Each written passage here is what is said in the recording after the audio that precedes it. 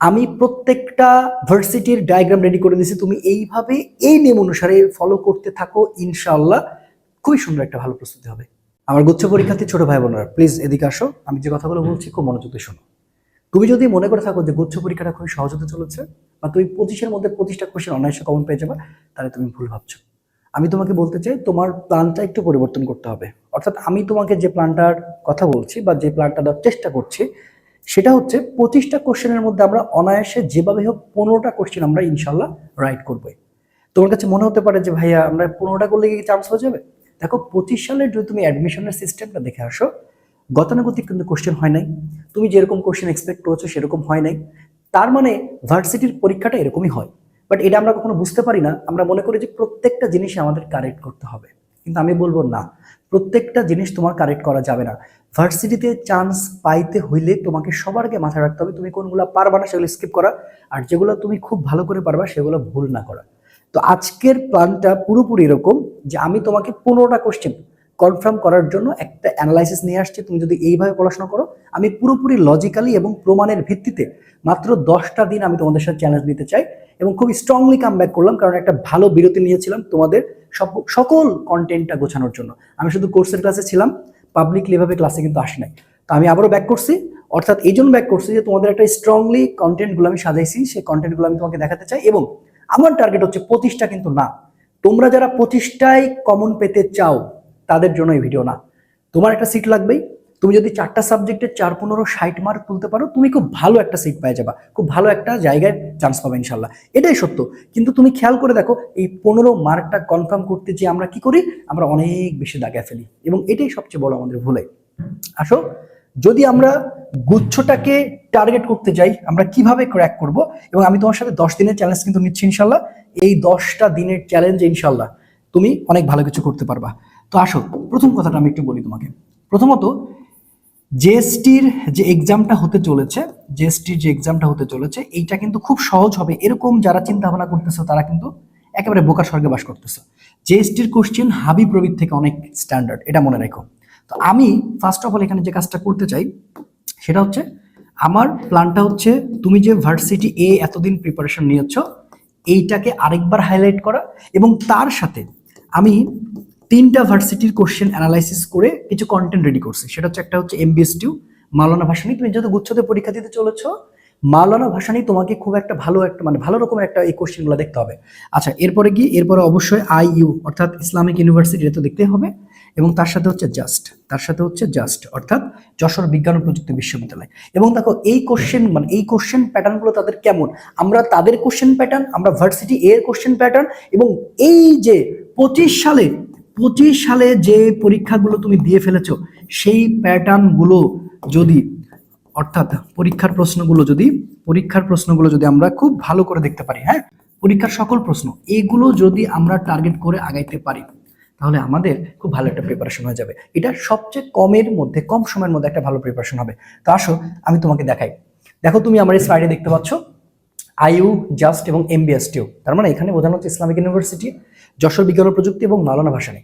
তো দেখো, আমি প্রত্যেকটা অধ্যায় একটা ডায়াগ্রাম রেডি করে দিচ্ছি, তুমি জাস্ট এটা দেখো, খুব ভালো করে মনোযোগ দেখো। তো ফার্স্ট অফ অল দেখো ভেক্টর অধ্যায়, এই যে ভেক্টর অধ্যায়টা তুমি যেটা দেখতে পাচ্ছ, এইখানে দেখো তুমি খেয়াল করে যে তারা কেমন কোশ্চেন করেছে আইইউ অর্থাৎ ইসলামিক ইউনিভার্সিটি। এই ইসলামিক ইউনিভার্সিটি কত সাল থেকে কত সালের কোশ্চেনের কথা বলছি আমি, ওই যে তারা 19 করোনাতে তো সবাই এক হয়ে গেল, তার আগে পর্যন্ত 14-15 সেশন পর্যন্ত আমরা দেখেছি। তো সেখানে ম্যাথ এবং থিওরি, এবং ইসলামিক ইউনিভার্সিটির সবচেয়ে থিওরি বেসড কোশ্চেন করবে, এটা 100%। এবং তুমি থিওরিটা যদি দেখো, তো সেখানে তুমি কি জিনিসগুলো দেখতে পাবা একটু লক্ষ্য করো। দেখো, রাশি থেকে প্রশ্ন হয়েছে, উপাংশ থেকে প্রশ্ন হয়েছে, আর ম্যাক্স মানে পি প্লাস কিউ, এটা তুমি জানো। এরপর হচ্ছে ভেক্টরের সংজ্ঞাগুলো ভালো করে দেখতে হবে, গ্রেডিয়েন্ট, ডাইভারজেন্স, কার্ভ ও তলের ক্ষেত্রফল সংক্রান্ত কোশ্চেন থিওরি থেকে করেছে তারা। এবং সেখানে দুটো ম্যাথ পাওয়া গিয়েছে, একটা হচ্ছে ডট গুণন, একটা হচ্ছে মধ্যবর্তী কোণ নির্ণয়, অর্থাৎ পরস্পর লম্ব শর্ত। তুমি একটু খেয়াল করো যে ইসলামিক ইউনিভার্সিটি বিগত দিনে যে কোশ্চেনগুলো করে এসেছিল সেখানে কিন্তু এই দুইটা ম্যাথ তারা মানে করেছে। তাহলে আমরা এখানে কি একটা ডট গুণন পরস্পর সমান্তরাল, এবং আরেকটা কি মধ্যবর্তী কোণ নির্ণয়, সেটা ডট গুণন থেকে এসেছে। এবার যদি আমরা একটু জাস্ট অর্থাৎ দশরের দিকে তাকাই, তারা কি করেছে, তারা কিন্তু ম্যাথ দিয়েছিল, তারা থিওরি খুব একটা বেশি দেয় নাই, এবং সামন্তরিকের লব্ধি সংক্রান্ত দিয়েছিল, সামন্তরিকের লব্ধি সংক্রান্ত এবং আপেক্ষিক বেগ সংক্রান্ত। আপেক্ষিক বেগ খুবই ইজি কোশ্চেন, এখানে কয়েকটা কোশ্চেন সলভ করলে হয়ে যাবে। রাজশাহী ভার্সিটির একটা খুবই মানে দারুণ কোশ্চেন আছে, সেটা আমি যে বাস আর ট্রাকের সাপেক্ষে সেটা দেখাই দিব। তাহলে এই দুইটা ভার্সিটি থেকে আমরা সিদ্ধান্ত নিচ্ছি যে দেখো যশোরে ম্যাথই চলে এসেছে, আর হচ্ছে ইসলামিক ইউনিভার্সিটিতে কিন্তু ম্যাথের পাশাপাশি থিওরি আসছে। আচ্ছা, এবার মাওলানা ভাসানী যদি একটু লক্ষ্য করি, মাওলানা ভাসানী কি করছে, ওরা সূত্র সমীকরণ আর ম্যাথ দিয়েছে। তার মানে দেখো যে tan theta A cross B আর এ ডট বি মানে যে ম্যাথের সূত্র সেটা দিয়ে দিয়েছিল, এবং আপেক্ষিক বেগ আবার। তার মানে দেখো এখানে একটা কিন্তু রিপিট পেয়ে গেলাম যে আপেক্ষিক বেগ সংক্রান্ত ম্যাথ এসেছিল কোথায়, যশোরে, এবং মাওলানা ভাসানীতে কিন্তু এসেছিল। তার মানে আমরা যদি এখন মার্কস করে সবগুলো পড়ে ফেলি তাহলে একটা ভালো প্রিপারেশন হয়ে যাবে। আর সূত্র সমীকরণ দেখো এ ক্রস বি মানে হচ্ছে এ ডট বি, এটা একটা আসছিল, এ ডট বি মানে হচ্ছে মাইনাস এবি, এবং পি ক্রস কিউ পরস্পর সমান্তরাল শর্ত, তাহলে ভেক্টরটা তোমার কভার হয়ে যাবে ইনশাল্লাহ। এবার নিউটনের বলবিদ্যা আসি, সেখানে কোশ্চেন হয়েছে কেমন দেখো, ম্যাথ থেকে, সূত্র সমীকরণ থেকে, মাত্রা একক থেকে, এবং হচ্ছে গিয়ে থিওরি থেকে। এবং আমরা যদি খেয়াল করে দেখি এখানে ম্যাথের কোন সূত্রগুলো দিয়ে অঙ্ক আসছে, খুব কঠিন কিছু, খুব কঠিন কিছু থেকে কোশ্চেন হয়েছে না। এই যে লক্ষ্য করো, ভি মানে ওমেগার কৌণিক অংশ থেকে, এফ মানে F k plus M A, এটা হচ্ছে ঘর্ষণ বল, ঘর্ষণ বল থেকে এসেছে। এফ মানে এম ভি বাই টি, সবচেয়ে গুরুত্বপূর্ণ, সবচেয়ে গুরুত্বপূর্ণ ইস্যু, সবচেয়ে গুরুত্বপূর্ণ ইস্যু। এবং হচ্ছে তুমি খেয়াল করে দেখো এম ভি এবং হচ্ছে এম ভি, এই জায়গাটা কি, এই জায়গাটা হচ্ছে পশ্চাৎ বেগ, এবং তারপরে হচ্ছে দেখো যে গড় বেগ ডেল ভি ডেল টি। এবং সূত্র সমীকরণের জায়গাটা, সূত্র সমীকরণের জায়গাটা সবচেয়ে গুরুত্বপূর্ণ, এটা আমি তোমাকে বলতে চাই। এই সূত্র সমীকরণের ঘর তোমাকে প্রত্যেকটা, আমি একবারে অনেকগুলো স্টার দিয়ে দিলাম, তোমাকে এই সূত্র সমীকরণটা খুব ভালো করে দেখতে হবে, কারণ এই কনভারসেশন গুলো থেকে আসবে। এবার আসো মাত্রা, ইয়েস মাত্রা দেখো আসছে কি, কৌণিক ভরবেগ। থিওরি জাস্ট যৌগিক বল সংক্রান্ত এসেছিল, মৌলিক বল না কিন্তু যৌগিক বল, ঠিক আছে। ওকে, নেক্সটে যাই। নেক্সট তুমি খেয়াল করে দেখো জাস্ট, জাস্টে কিন্তু ম্যাথে ভরা, জাস্ট অর্থাৎ যশোর বিজ্ঞান ও প্রযুক্তি। তো সেই সূত্রগুলো যদি আমরা একটু কম্প্যাক্ট ভাবে দেখি, দেখো এফ মানে এম এ থেকে আসছে, H by X V square by R G, এটা হচ্ছে রাস্তার ব্যাংকিং, ঠিক আছে। এখান থেকে যে টাউ মানে আই আলফা, এই কোশ্চেনটা খুবই গুরুত্বপূর্ণ, ঠিক আছে। এবং এর পাশাপাশি দেখো এফ মানে এম ওমেগা স্কয়ার আর, কেন্দ্রমুখী বল থেকে, এবং এটা হচ্ছে রকেট থেকে আসছে। এবং হচ্ছে দেখো আবার পশ্চাৎ বেগ, দেখো পশ্চাৎ বেগটা কিন্তু এখানে রিপিট হয়ে গেছে। আবার মিউ এস মানে হচ্ছে ট্যান থিটা, ঘর্ষণ থেকে আসছে। তার মানে ঘর্ষণ টপিকটা মানে খুবই গুরুত্বপূর্ণ। এবং মাত্রা একক যদি তুমি দেখো দ্বন্দ্বের ভ্রামক থেকে আসছে। আর সূত্র সমীকরণ তো আমি বারবার বলছি, এই ঘরটা একবারে 100%, মানে সূত্র সমীকরণ কনভারসেশন তোমাকে খুব ভালো করে দেখতে হবে, ঠিক আছে। ওকে, নেক্সটে আসে। নেক্সট যদি আসি এমবিএস2 তে, দেখো এমবিএস2 তে সূত্র সমীকরণের ভর, আমি বারবারই বলছি সূত্র সমীকরণের ঘর আমরা কোনোভাবে বাদ দিব না। এই ঘরটা মানে খুবই খুবই খুবই গুরুত্বপূর্ণ, এই ঘরটা সূত্র সমীকরণের ঘরটা খুবই গুরুত্বপূর্ণ, কথা কি বুঝতে পারছো? এটা কোনোভাবে আমাদের বাদ দেওয়া যাবে না। এরপরে ম্যাথ দেখো এ মানে del V by del T দিচ্ছে, দেখো রিপিট হয়ে গেছে, এ মানে ভি স্কয়ার আর, এটা হচ্ছে কেন্দ্রমুখী ত্বরণ। এরপরে এটা আরেকটা সংঘর্ষের পর মিলিত বেগ, হ্যাঁ সংঘর্ষের পর মিলিত বেগ, ভেরি ভেরি ইম্পর্টেন্ট। এবং দেখো প্লাস মাইনাস কেন দিছি, একই দিকে প্লাস বিপরীত দিকে minus, F T M del V. দেখো এই সূত্রটা খুবই গুরুত্বপূর্ণ ভাই, এই সূত্রটা খুবই গুরুত্বপূর্ণ, ঠিক আছে। এবং এফ মানে এম এ দেখো বারবার রিপিট করছে। তাহলে আমরা এখান থেকে একটা ভালো ধারণা পেয়ে গেছি। এবার তুমি যখন কাজ ক্ষমতার শক্তি প্রিপারেশন নিবা, তো দেখো আইও কি করছে, এখানে থিওরি থেকে কোশ্চেন করেছে, যেমন ম্যাথ থেকে কোশ্চেন করেছে, সূত্র সমীকরণ থেকে কোশ্চেন করেছে। এবং সূত্র সমীকরণের জায়গাটা আমি বারবারই বলতেছি, এটা তোমাকে একবার মানে 3 স্টার দিয়ে দিতে হবে, এখানে কোনো রকমের কোনো কথা শোনা যাবে না। এরপরে দেখো এক্স মানে এইচ এন প্লাস ওয়ান, এবার কিন্তু ম্যাক্সিমাম ইউনিভার্সিটিতে, জগন্নাথ বিশ্ববিদ্যালয় বলো, তারপরে হচ্ছে চট্টগ্রাম বলো, এই টাইপের কোশ্চেন কিন্তু আসছে। একটা বস্তুকে উপর থেকে নিচে ফেলে দিচ্ছি, কোথায় ওর গতিশক্তি বিভব শক্তি দ্বিগুণ বা তিনগুণ হবে, রাইট? তো তুমি এটা ভালো করে দেখো। এরপরে এ মানে এফ বাই এম, তুমি আগে এখানে এটা বের করে নিয়েছো, দেন ভি মানে ইউ প্লাস এটি, বেগটা বের করেছো, দেন তুমি গতিশক্তি বের করেছো, কথা কি বুঝতে পারছো? তারপর তুমি কি করছো, গতিশক্তি বের করছো, এইটা খুবই গুরুত্বপূর্ণ, ঠিক আছে।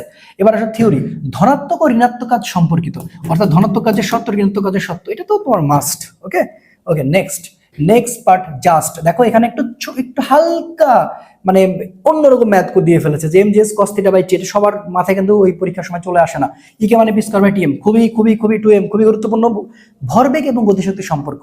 ইপি মানে এম জি এস, এই সূত্র দিয়ে ম্যাথ আসছে। এরপরে দেখো এখানে থিওরি আসছে, দেখো সর্বোচ্চ কাজের সত্য। তো সর্বোচ্চ কাজের সত্যটা পারবা না, যে W is equal to F S cos theta, তাদের মধ্যবর্তী কোণ 0 ডিগ্রি মানে সর্বোচ্চ কাজ, এবং সংরক্ষণশীলের উদাহরণ এইটা তোমাকে খুব ভালো করে পড়তে হবে। ওকে, নেক্সট চলে আসে। নেক্সটে আমরা দেখতে পাচ্ছি যে এমবিএস2 তে কি বলেছে, যে প্রথমে হচ্ছে দেখো এখানে ভি2 ইকে 2 বাই ইকে 1 এবং গুণ হচ্ছে ভি1। তার মানে এখানে তোমাকে ওই যে ইকের সাথে মানে গতিশক্তির সাথে বেগের সম্পর্ক কি সেখান থেকে একটা সূত্র মানে করা হয়েছে। এবং ইকে মানে পি স্কয়ার বাই 2m, এখানে অলরেডি স্টার দেওয়া আছে। ডাব্লু মানে পিটি, দেখো এটাও সূত্র। পি মানে এমজি, এইটা দিয়ে কিন্তু ম্যাথ আসতে পারে। এবং ইবি মানে এমজি, দেখো এটা দুইবার, তার মানে দুইবার রিপিট করেছে। এবার থিওরিগুলো দেখো, কেন্দ্রমুখী বল দ্বারা কৃতকাজ শূন্য, এটা আমরা সবাই জানি দুইবার আসছে। সর্বোচ্চ কাজ সত্য, হ্যাঁ কিছুক্ষণ আগে দেখে আসলাম। বৃত্তাকার পথে কৃতকাজ কি হয়, শূন্য হয়। ভরবেগের মাত্রা জানতে চাই, সূত্র সমীকরণ ইকে মানে পি স্কয়ার বাই 2m করে। কতটা গুরুত্বপূর্ণ, কতটা গুরুত্বপূর্ণ খেয়াল করে দেখো। এবার মহাকর্ষ অভিকর্ষ দেখো, মহাকর্ষ অভিকর্ষ অধ্যায়টা কিন্তু খুবই গুরুত্বপূর্ণ। খুবই গুরুত্বপূর্ণ এই কারণে এখানে সংখ্যাগত মান, গ্রাফ, এগুলো থেকে বেশি কোশ্চেন হওয়ার পসিবিলিটি বেশি থাকে, এবং এখানে ক্রিটিক্যাল কোশ্চেন করার মানে পসিবিলিটি কিন্তু অনেক বেশি থাকে, বুঝতে পারছো? তো দেখি আমরা আয়ু কেমন কোশ্চেন করেছে। আয়ু সূত্র সমীকরণ থেকে কোশ্চেন করছে, যেটা হচ্ছে যে এইচ উচ্চতা গভীরতার যে ইয়েটা সূত্রটা, এবং হচ্ছে যে দেখো এটা হচ্ছে তোমার মুক্তিবেগের যে কন্ডিশনটা, এবং হচ্ছে কেপলারের সূত্র থেকে। ওকে, এবার থিওরি দেখো, মহাকর্ষ বল থেকে করেছে। অভিকর্ষ স্তরণের জি এর মান কম বেশি হয় 45 ডিগ্রি অক্ষাংশের জি এর মান, অর্থাৎ 45 ডিগ্রি অক্ষাংশের এই জায়গাটা খুবই গুরুত্বপূর্ণ। এবং তুমি যদি খেয়াল করে দেখো, ম্যাথ আসছে জাস্টে জি মানে 4/3 পাই আর রো জি, এটা কিন্তু আসলে জি মানে GM by R square, conversation করে এই সূত্রটা আসে। এই অঙ্কগুলো আসলে পারাটা খুব একটা ভালো হয়ে উঠে না, এগুলো স্কিপ করাটা বেটার। এরপরে দেখো এফ মানে G M one M two by D square, মহাকর্ষ বল থেকে এসেছে। এবং ফাইনালি যদি আমরা দেখি এম মানে 4 পাই স্কয়ার টি কিউব জিটি স্কয়ার, এটা কিন্তু সূর্যের ভর বের করার ক্ষেত্রে। এবং সূর্যের ভরটা কিন্তু আমি তোমাকে মনে করে দিতে চাই, সূর্যের ভরটা কিন্তু আসলে কত, 2 গুণ 1030 কেজি, বুঝতে পারছো? এবার থিওরি আসছে কেপলারের সূত্র থেকে, অভিকর্ষের মান বেশি বা কম হলে কি হয়, সূত্র সমীকরণটা এটা দেখো, ভি মানে ভি বাই রুট 2, এটা কিন্তু আছে মুক্তি বেগের একটা কন্ডিশন থেকে কোশ্চেন করা হয়েছে। ওকে, এরপর আমরা যদি এমবিএসটিও দেখি, তাহলে সেখানে দেখো একটা ম্যাথ এসেছে, সেটা হচ্ছে মুক্তি বেগের, দেখতে পাচ্ছ। এবং থিওরি যদি তুমি দেখো, থিওরি থেকে একটা ভালো আসছে, মুক্তিবেগ, এরপর হচ্ছে কৌণিক ভরবেগের সমান মহাকর্ষের টানে কি হয়, মৌলিক বল সংক্রান্ত। এবং হচ্ছে দেখো এম মানে জি আর স্কয়ার জি, এবং এই প্রপোর্শনাল 1/r², অর্থাৎ আর দূরত্ব সম্পর্ক কি, কেপলারের সূত্র দ্য মোস্ট ইম্পর্টেন্ট, এবং ভি মানে মাইনাস জি এম বাই আর বিভব। ঠিক আছে, তো এখন এই যে দেখো, আমি কামব্যাক করানোর জন্য যে প্রিপারেশনটা, যে প্ল্যানটা তোমাদের নিয়েছি, বাকি অধ্যায়গুলো নিয়ে কথা বলবো। তো আমরা যে কোর্সটা নিয়ে আসতেছি, দেখো এখানে আমি 10টা ক্লাসের মাধ্যমে, জাস্ট 10টা ক্লাসের মাধ্যমে আমি শেষ করবো ইনশাল্লাহ। অর্থাৎ ঈদের আগে আমি 6টা ক্লাস নেব, আর ঈদের পরে এসে, ঈদের 3 দিন পরে এসে আর 4টা ক্লাস নিয়ে টোটালি শেষ করে দেব। ঠিক আছে, অর্থাৎ এই 10টা ক্লাসে এইভাবে প্রত্যেকটা ডায়াগ্রামগুলো সাজিয়ে দিব। অর্থাৎ আমরা একটা করে অধ্যায়কে যখন মানে পড়বো, পোস্টমর্টেম করবে এইভাবে, যে কেমন কেমন কোশ্চেন আসতে পারে, কোন কোনগুলো সলভ করতে হয়। এখানে কিন্তু দেখো থিওরির গুরুত্ব আছে, এখানে কিন্তু সূত্র সমীকরণের গুরুত্ব আছে, এখানে ম্যাথের গুরুত্ব আছে, তোমাকে সব কিছু বুঝতে হবে। হ্যাঁ, তো এটা তুমি কি করবা, এটা কিন্তু আমাদের আজকে থেকে আমি এই কোর্স লঞ্চ করতেছি। আমি একটা ঘোষণা দিয়েছিলাম, অর্থাৎ এই যে মানে কনফার্ম, অর্থাৎ আমি এই কোর্সটাতে আমি কিন্তু মানে একটা রিস্ক নিচ্ছি আমি, যে 15টা কোশ্চেন কমন দেওয়ার মতো করে এই কোর্সটা সাজানো আছে, অর্থাৎ কনফার্ম 50। ঠিক আছে, যে কনফার্ম 50, এই যে কনফার্ম 50 এই ব্যাচটার কোর্স ফিটা রাখা হয়েছে মাত্র 200 টাকা। ঠিক আছে, ক্লাস হবে 10টা, ভালো করে বুঝো। অর্থাৎ কনফার্ম 15 এই ব্যাচে ক্লাস হবে, মোট ক্লাস হবে হচ্ছে 10টা। মোট ক্লাস হবে কয়টা ভাইয়া, 10 ক্লাস। এবং এখানে তুমি কি পাবা, সাজেশন পিডিএফ পাবা, সাজেশন পিডিএফ পেয়ে যাবা, সাজেশন পিডিএফ পাবা। এবং এই সাজেশন পিডিএফ এর পাশে তুমি 2টা এক্সাম পাবা, বড় বড় 2টা এক্সাম আমি তোমার থেকে জাস্ট নিব। এবং এখানে তুমি সব ক্লাস লাইভেই করবা, এবং আমার কোর্সে যারা অলরেডি আছো তাদের আর কোনো কিছু করতে হবে না, তারা এই ক্লাসগুলো এমনিতেই পাবা, এই ক্লাসগুলো আবার পাবা, এবং সাজেশন পিডিএফটা তো এমনিই পাবা। ঠিক আছে, তো এটার কোর্স ফিটা করা হয়েছিল 200 টাকা, বাট এখন মানে ঈদের আগে পর্যন্ত আমরা জাস্ট 150 টাকায় এই কোর্সটা আমরা নিব। এবং আমরা চেষ্টা করব আমাদের বেস্টটা দিয়ে একটা ভালো রকম একটা কামব্যাক, মানে 15টা কোশ্চেন যাদের আসলে লাগবে, 15টা কোশ্চেন যারা কমন পেতে চাও, আমি এই প্রয়াসটা নিয়ে আসলে আমি আরেকবার তোমাদের সাথে পরিশ্রম করবো, যারা কোথাও চান্স পাও নাই। ঠিক আছে, তো ডেসক্রিপশন বক্সে দেখো সবকিছু দেওয়া আছে, সেখানে হচ্ছে যে তোমার ওয়েবসাইট লিংক, ওখানে যাও, ভিজিট করো, এবং হচ্ছে কোর্সটা পারচেস করো। যে কোনো সমস্যা হলে তুমি হোয়াটসঅ্যাপে নক করবা।